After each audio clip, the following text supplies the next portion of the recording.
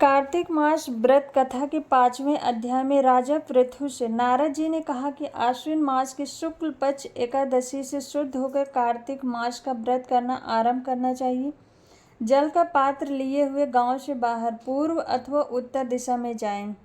कार्तिक व्रत कथा का 5वां अध्याय। राजा पृथु बोले, हे मुनि जी, आपने कार्तिक और माघ मास का विस्तृत फल कहा। अब इसके विधिवत स्नान की विधि, नियम और उद्यापन की विधि भी आप हमसे कहिए। नारद जी ने कहा कि आप विष्णु भगवान के अंश से उत्पन्न हुए हैं, अतएव यह बात आपको मालूम ही है। तथापि मैं यथोचित विधान से आपसे कहता हूँ, उसे सावधान मन से सुनिए।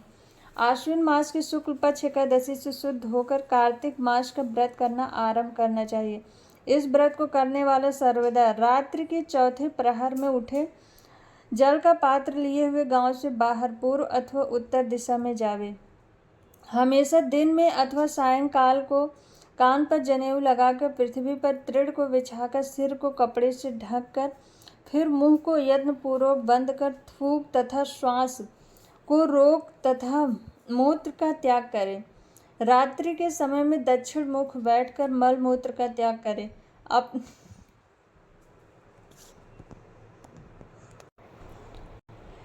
अपने लिंग को पकड़कर उठे तथा मृतिका और जल से सावधानी से धोकर दुर्गंध को नष्ट करें। तब शौच क्रिया पूर्ण करें। एक बार लिंग में, 3 बार हाथ में, फिर स्नेन तथा हाथ में 2-2 बार, 5 बार गुदा में और 10 बार बाएं हाथ में। दोनों हाथों में 7 बार मिट्टी लगा लगाकर अच्छी तरह जल से धोवे। यह शौच विधि गृहस्थों के लिए कही गई है। ब्रह्मचारियों को दूनी, वानप्रस्थ को तिगुनी और सन्यासियों को चौगुनी अधिक शुद्ध करनी चाहिए।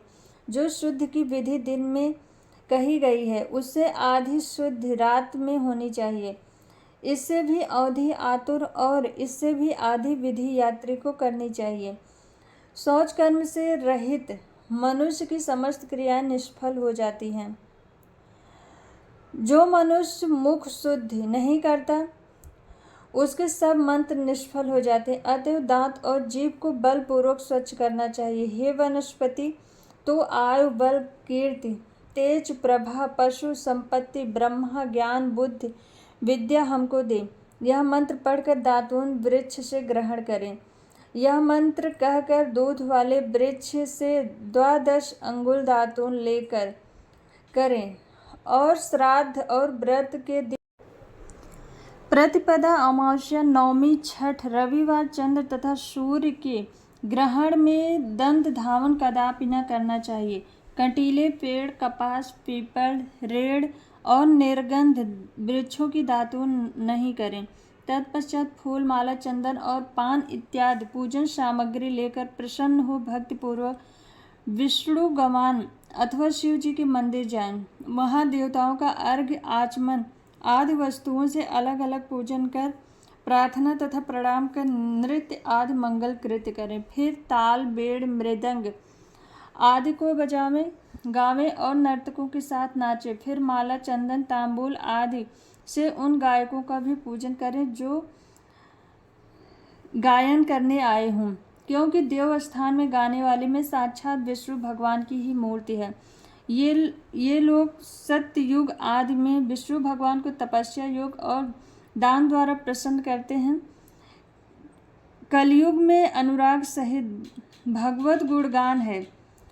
भगवान को प्रसन्न करने के लिए प्रधान माना गया है। हे राजन, मैंने एक बार विष्णु भगवान से पूछा था कि आप अधिकतर कहाँ रहते हैं। यह सुनकर विष्णु भगवान ने नारद से कहा, हे नारद, मैं वैकुंठ में अथवा योगियों के हृदय में ही रहता हूँ। अपितु जहाँ मेरे भक्त मेरा गुणगान करते हैं, वहाँ मैं अवश्य रहा करता हूँ।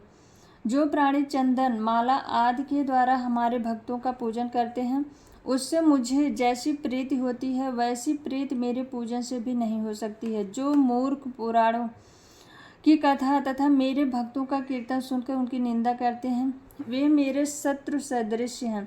शिरीष, धतूरा, के गिरिजा, चमेली, केसर, कंदार, मंदार तथा को कनेर के फूल, को अक्षतों से विष्णु भगवान की पूजा नहीं करनी चाहिए। अड़हल, कंद, शिरीष, जूही, मालती, केवड़ा के पुष्पों से शिव जी का पूजन नहीं करना चाहिए। लक्ष्मी की अभिलाषा करने वाले पुरुष को चाहिए कि तुलसी पत्र से गणेश जी की, दुर्वा से दुर्गा जी की, अगस्त के फूल से सूर्य नारायण की पूजा न करें। जिन देवताओं के लिए पूजा में जो फूल निर्दिष्ट हैं उन्हीं से उनका पूजन करें। इस प्रकार पूजन समाप्ति के पश्चात देवाधिदेव विष्णु भगवान से क्षमा याचना करें। हे सुरेश्वर, हे देव, मेरे पास न मंत्र है न क्रिया है, भक्ति से भी मैं हीन हूँ। जो कुछ भी आपकी पूजा मैंने की है, आप हमारी उस पूजा को पूर्ण करें। इतना करने के बाद परिक्रमा करके दंडवत प्रणाम कर पुनः क्षमा प्रार्थना करके गायन कीर्तन आदि करना चाहिए। जो मनुष्य शिव और विष्णु भगवान की विधि पूर्वक कार्तिक मास की रात्रि में पूजा करते हैं, वे पवित्रात्मा होकर अपने पूर्व पुरुषों के साथ विष्णु लोक को जाते हैं।